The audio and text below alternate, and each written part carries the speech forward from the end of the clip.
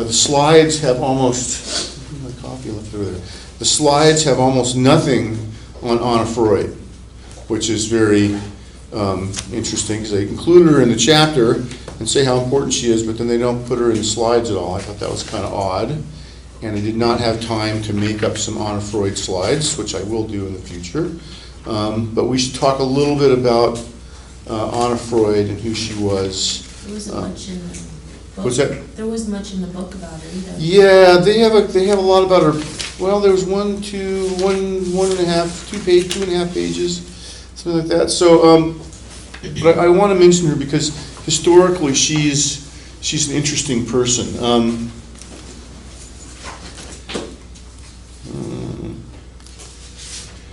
She is also, so we'll talk a little about her. She is the youngest daughter of Sigmund Freud, and she is the only one of his children to follow in the family business of psychoanalysis. She's the only one who shows an interest in psychoanalysis, follows in the family business. She is analyzed by her father, which is something nowadays I think we would find to be super creepy. Can any of you guys imagine, you know, you're doing psychoanalysis, sit there and on the couch and just say whatever comes to your mind, you know, and all sorts of weird stuff, sexual fantasies, anything that comes to your mind. Could any of you imagine doing that with your parents, either parent?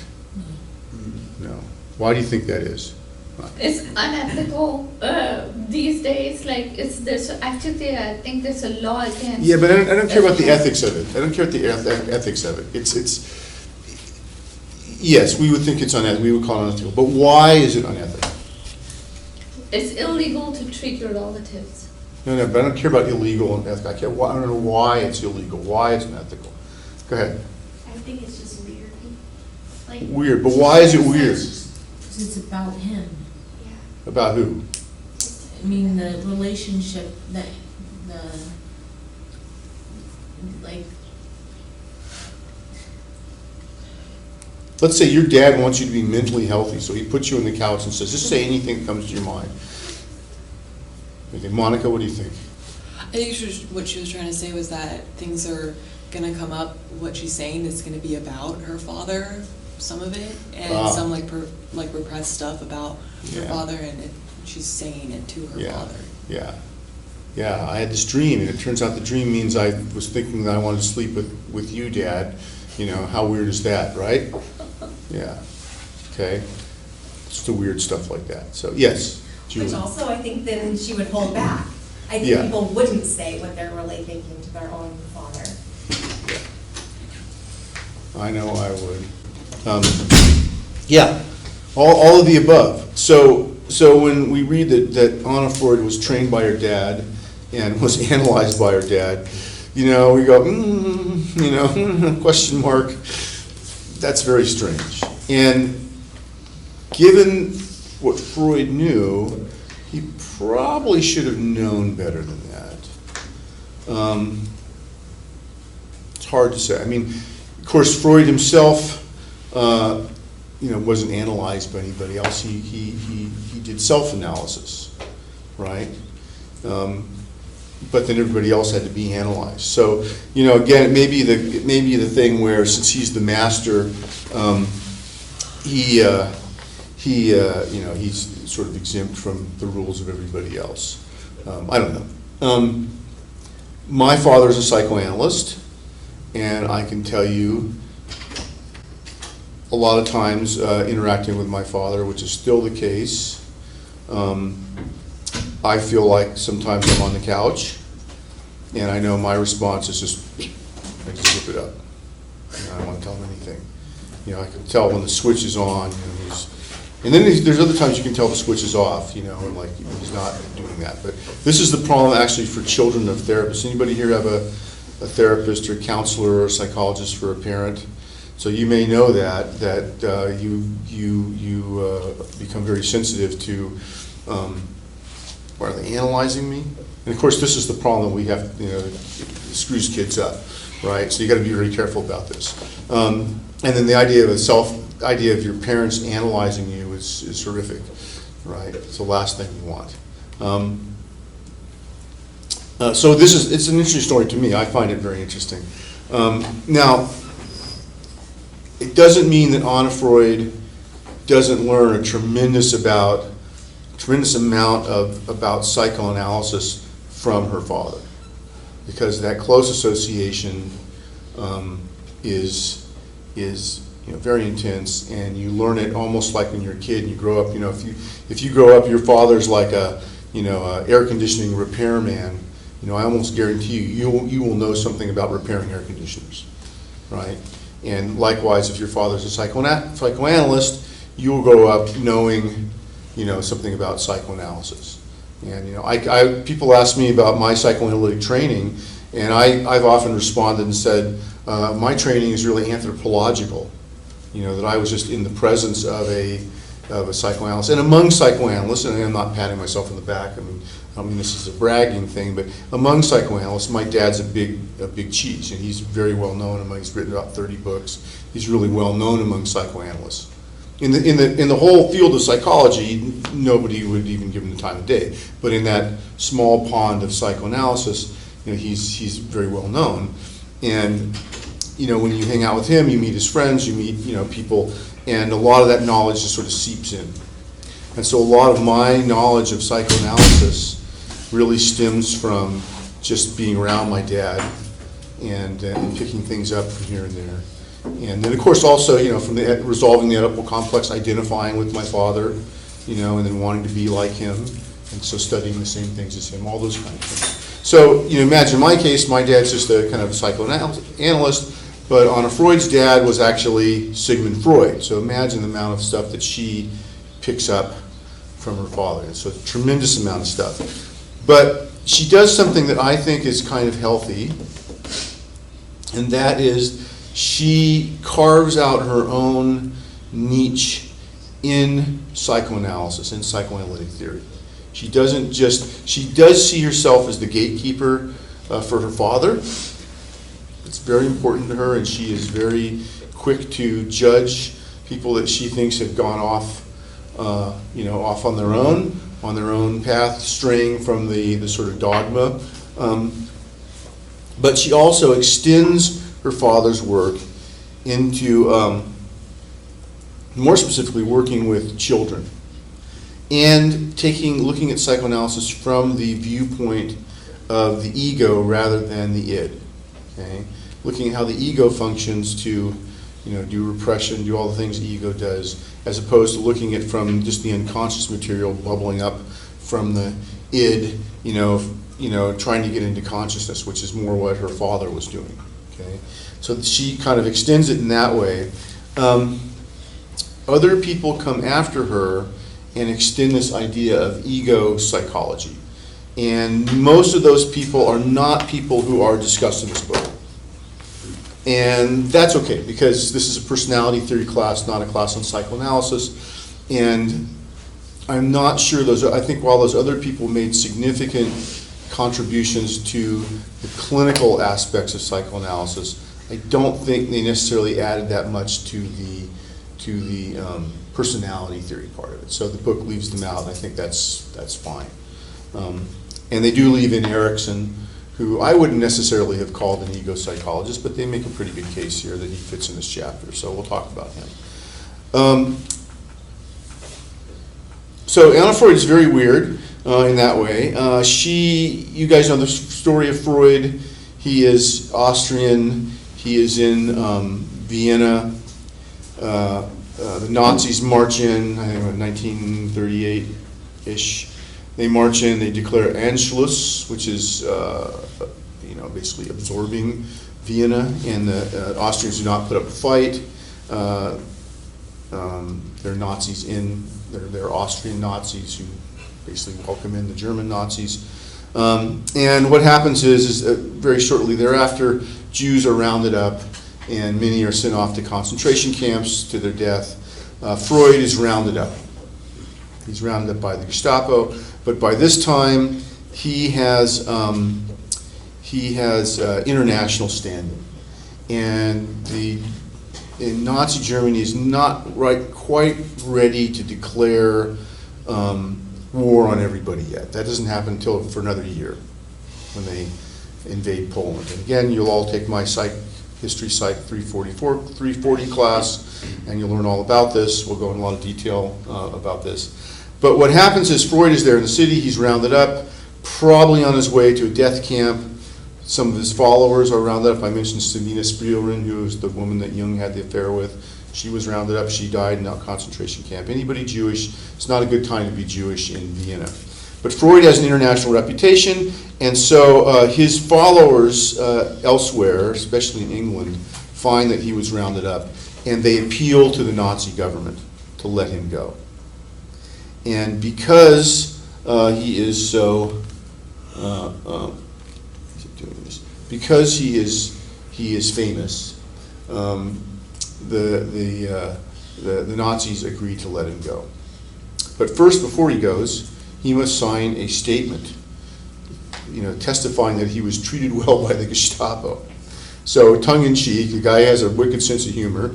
Tongue-in-cheek, he writes, "I can hardly recommend the Gestapo to everybody." Signed Sigmund Freud, and like tongue-in-cheek, and they let him go. And he goes to England, and the English people take him in. They provide a house for him, and he goes there with his youngest daughter. I hate when it does this. This drives me nuts.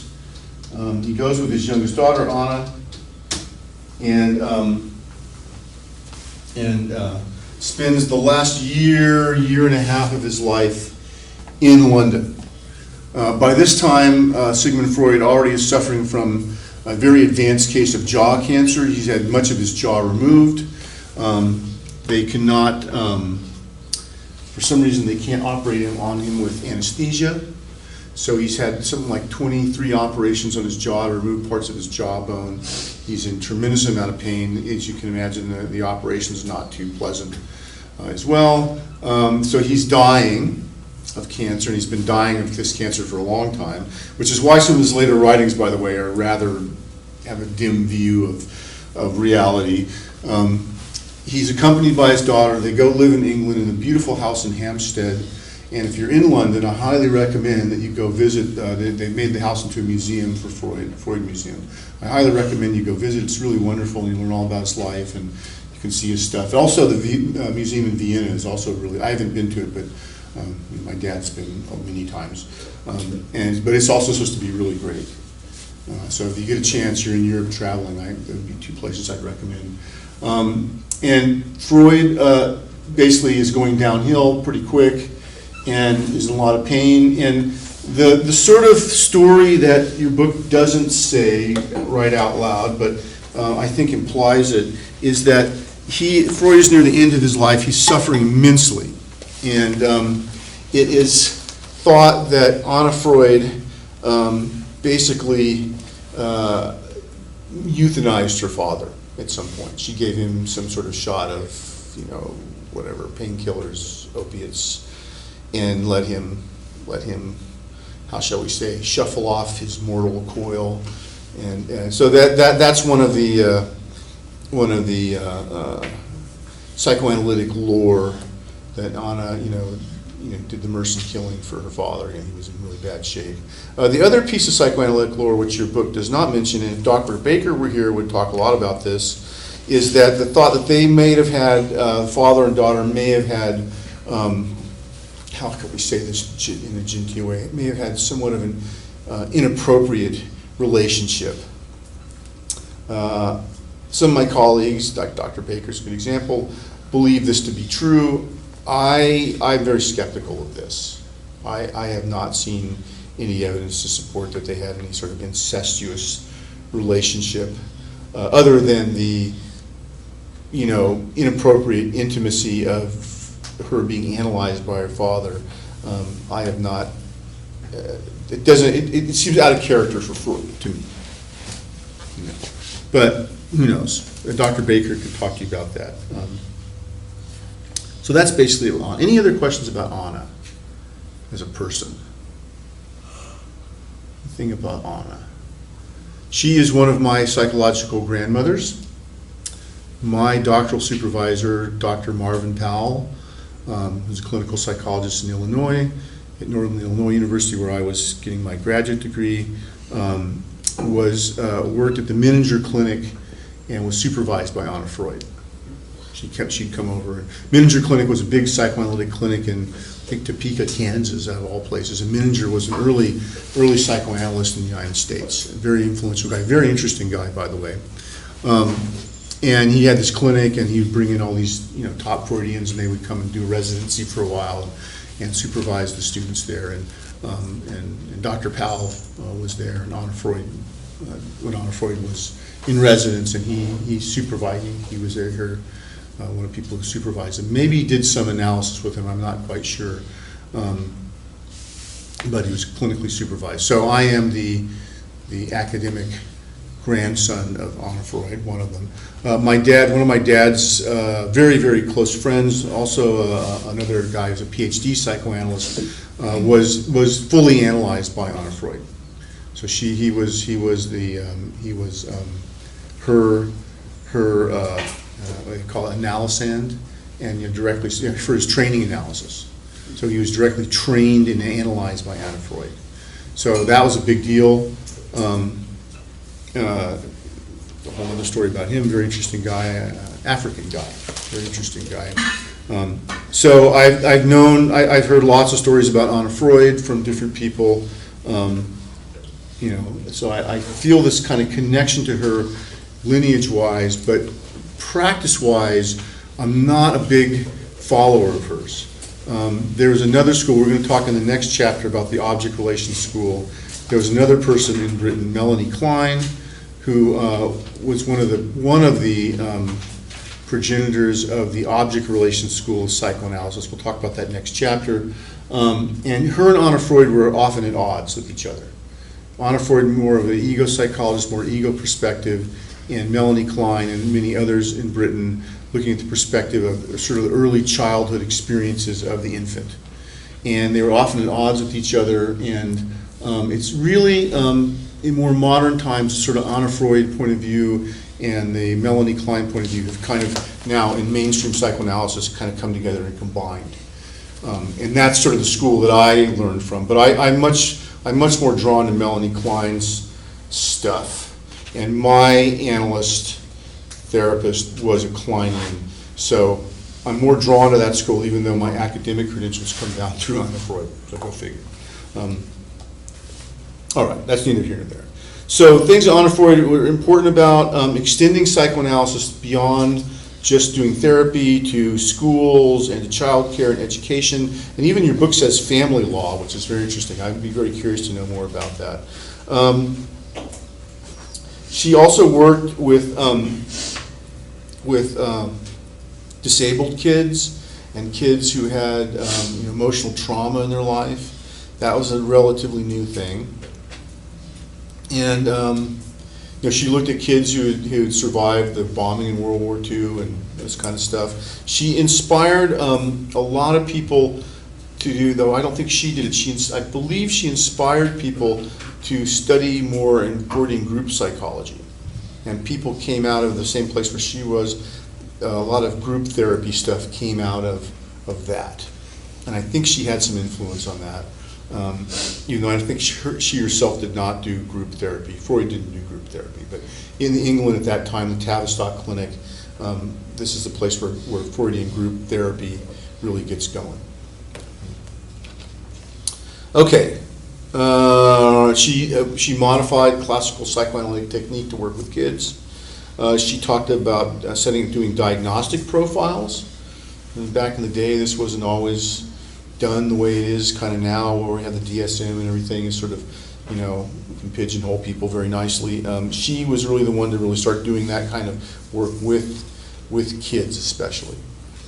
She used the term the developmental line to refer to a series of id-ego interactions in which children decrease their dependence on external controls and increase ego mastery of themselves in the world. And this presages to some degree Erikson's work. This is sort of like she outlines we can look and see how the ego develops, in the kid and from childhood to adulthood, and you can kind of see the sort of developmental line going on. And Erikson is the guy who then comes along and fleshes that out. What else is, she came up with some other interesting things. She talked a lot about ego defenses. She's the one who elaborated ego defenses. A lot of the stuff that we talked about when we talked about ego defenses came from her. And the idea that the ego should become aware of its own defensive mechanisms. I think that's kind of interesting. And so I don't think we asked this question of you guys earlier on when we talked about Freud, but this is a good question. What do you think your main ego defense is? I didn't ask you guys this before, right? No. What do you think your, and again, you don't have to, please do not, feel free not to volunteer an answer about yourself. By the way, I should say that as a caveat on anything that we talk about that might touch on your personal life. If something, you do not want to reveal something about your personal life to other people in this room, you do not have to do that, okay? And if I asked you and you say, no, I don't feel comfortable talking about that, that's fine, okay? But anybody feel comfortable talking about their ego defenses? You go ahead, Aaron. Specifically just within the ego? Yeah, you remember those defenses we had? Denial, the river in Egypt, and, on down the line, what do you think? What's your main, what's the one you use most often? I would say projection. Projection, oh my goodness. Yeah.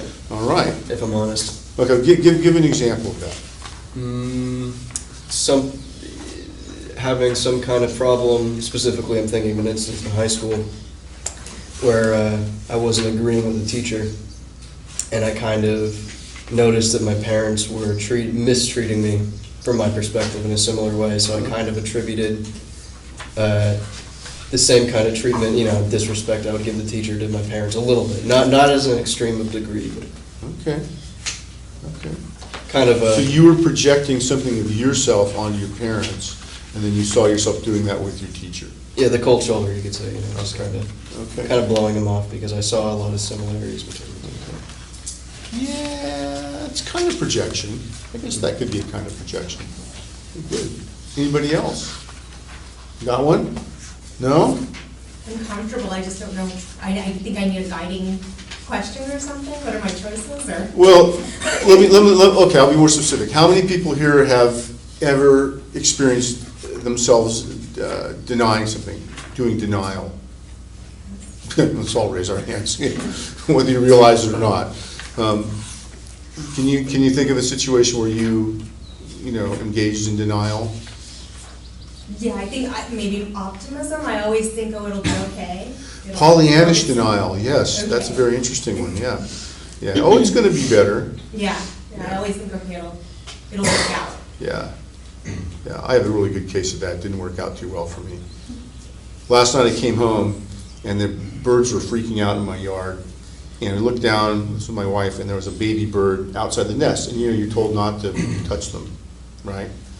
So I told my, but the mom and dad bird were going around, and there was a snake, and they were pecking at that thing, driving it away, and the snake was getting away, and my wife's like, we should move that bird, and I'm like, no, you're not supposed to touch baby birds, the parents take care of it, so leave it alone, right?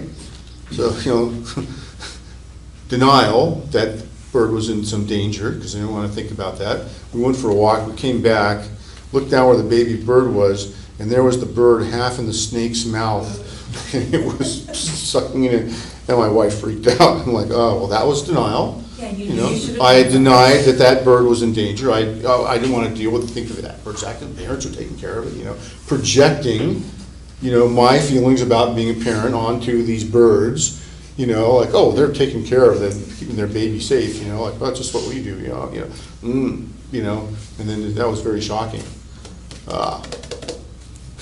It was interesting because my kid's learning to drive now, and it's like I told my wife, yeah, he's not driving until he's 18 now. It's like this whole thing about it. Anybody else have an example of denial? My example's kind of not that great, but it's fresh in my mind, so. How about something else? How about intellectualization, rationalization? Anybody rationalize anything? Is this what Anna Freud, if you were doing analysis with Anna Freud, she'd be listening to you on the couch and you'd be talking about stuff going on in your life, and you would say something and she would interrupt and go, oh, I see. You're rationalizing. You'd have an aha moment. Ah. Right. Nobody's rationalized anything?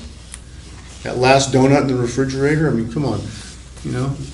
Maybe having like dietary problems, as it would relate to like, oh, I'm just trying to save money. So it's like, oh, if you're under eating, it's like, oh, it's okay because I'm doing it to save money. Yeah, that would be, undereating is not a typical one for Americans, but yes, you know, Americans usually overeating, but yes, a very good example.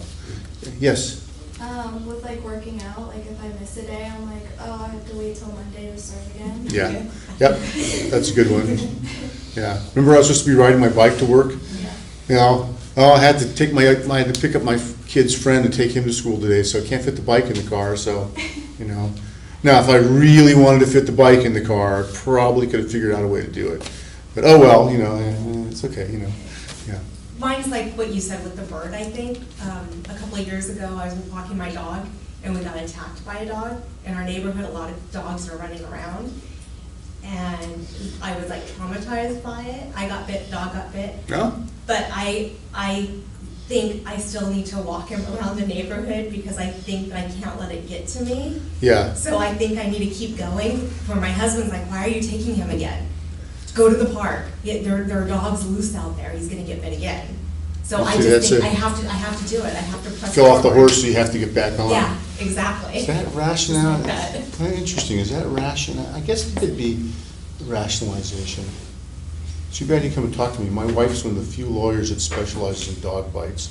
Well, the dog got taken. The owner was a bad guy. Yeah. Yeah, so there was a bad situation. Usually when the dog bites, Yeah. usually it's the owner's fault. There was a really bad situation, and the dog did get taken, Yeah, unfortunately. but you didn't get any money, huh? I didn't want any money. See, you should talk to my wife. Few people, she actually does few people know that does dog bite law, which is totally weird. Yes. I did that with cheese. I'm totally in love with cheese. Everything I eat has cheese in there and cream cheese stuff to the point. So the last time I was eating a cheese sandwich, I was like, my brother's getting married in August. I can't eat this. I need to fit into my dress. It would be, I don't know if that would be rationalization or not. What do you guys think? I mean, that actually is logical. You know, it's not like you're repressing. I mean, your id is saying eat the cheese, and you're saying, felt like and you're eating it. saying no, I'm not going to eat the cheese. I have a reason not to eat it. You know, I want to eat it, but I'm going to be controlling myself and not eating it. The other way around, where like, well, I need to fit into my dress for my brother's wedding in August, but it's not until August, so I'll just go ahead and eat the sandwich now. That would be rationalization, right? That would be rationalization. So you guys are all college students, right? You're all smart people. You're all in college. Many of you have jobs. You've been working in the real world doing things. You are all really good at rationalization, and it's close cousin intellectualization, right? This is the one, you know, college students. If you become a counselor at a college, you know, this is what you will see. Most of your college students will come in and they'll be intellectualizing things. You know, like, well, you know, like I like this guy, you know, but, you know, really, you know, he wants to go out with me. I can tell he's attracted to me, but I didn't really want to go out with him instead. I want to stay home and study. You know, I had this chapter in my biology book on reproduction and sex, and so I really wanted to study that and really understand that really, really well. You know, the mechanisms of sexual reproduction. You know, that would be intellectualization. You know, you're denying your own sexual feelings and intellectualizing them into something, right? Which is a close cousin to rationalization. It's a close cousin to denial. They're all kind of the same. Those are very high-level defenses. Anna Freud would call these high-level defenses, you know, meaning you have to achieve a certain status in your developmental line to employ these, right? And so when you go in, your therapist hears you talking about this, they go, oh, great, this is going to be a good case to do. If you come in and you're doing some kind of low-level defensive thing, splitting, you know, these kind of things, things that seem really dissociative, then they're going to be really worried about you. Okay? So it's like there's a level of these things. But I think it's interesting. I think it's a good exercise to think about which defense mechanisms that you use. You know? Okay, I think that's all I'll say about Anna Freud. Anything else about her that she also touched on what we now call Stockholm syndrome, which actually now we call traumatic entrapment syndrome. You guys know it as Stockholm syndrome. And a lot of these analysts are talking about this idea of identification with the aggressor. I think maybe it's Erickson or somebody who really gets into that. But Anna Freud talked a little bit about that as well in her life. And that's a very interesting subject.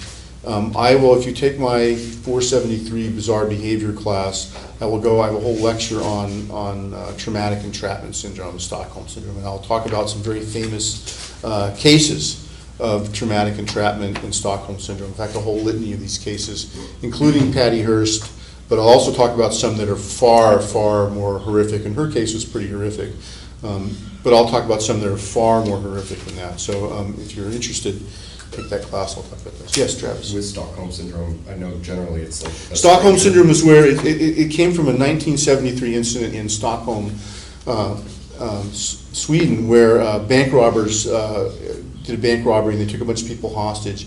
And then the cops came and got all around and they couldn't get out, so they held the people hostage it went on for a couple days. And the people in the bank started to have positive feelings toward their captors. And where they really were on their side rather than the side of law enforcement or anybody outside, even though they were being held hostage. Even after the robbers were apprehended and brought to trial, the people who were being held by them would go and testify. They treated us really well. They don't deserve to go to jail. Things like that.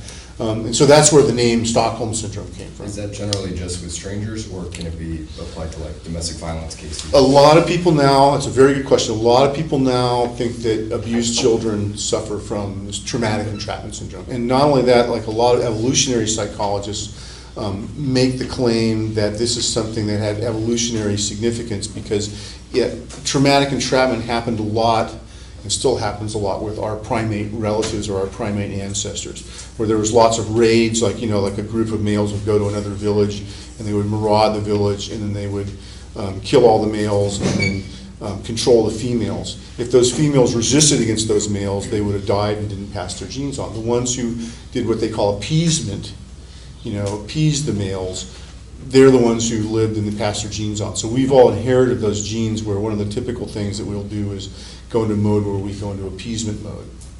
And so there's actually a lot of stuff written about this, and I'll talk about this in detail in the other class. But it's very interesting. And so it's something to me, it seems very obvious. This is on child abuse cases. A lot of kids who've been abused have this. And it would make a lot of sense. Because if you're an abused kid, even though your parents abusing you, to resist that is going to endanger yourself, right? Especially when you're trapped, right? Some of the cases I'll talk about are really, really horrific.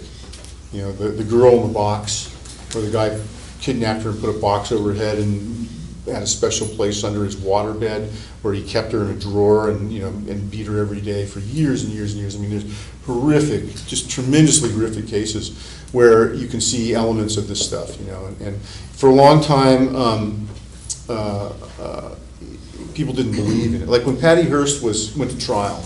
This is very interesting. Patty Hearst went to trial. Her lawyer was F. Lee Bailey. He was like the Johnny Cochran of back in the 70s.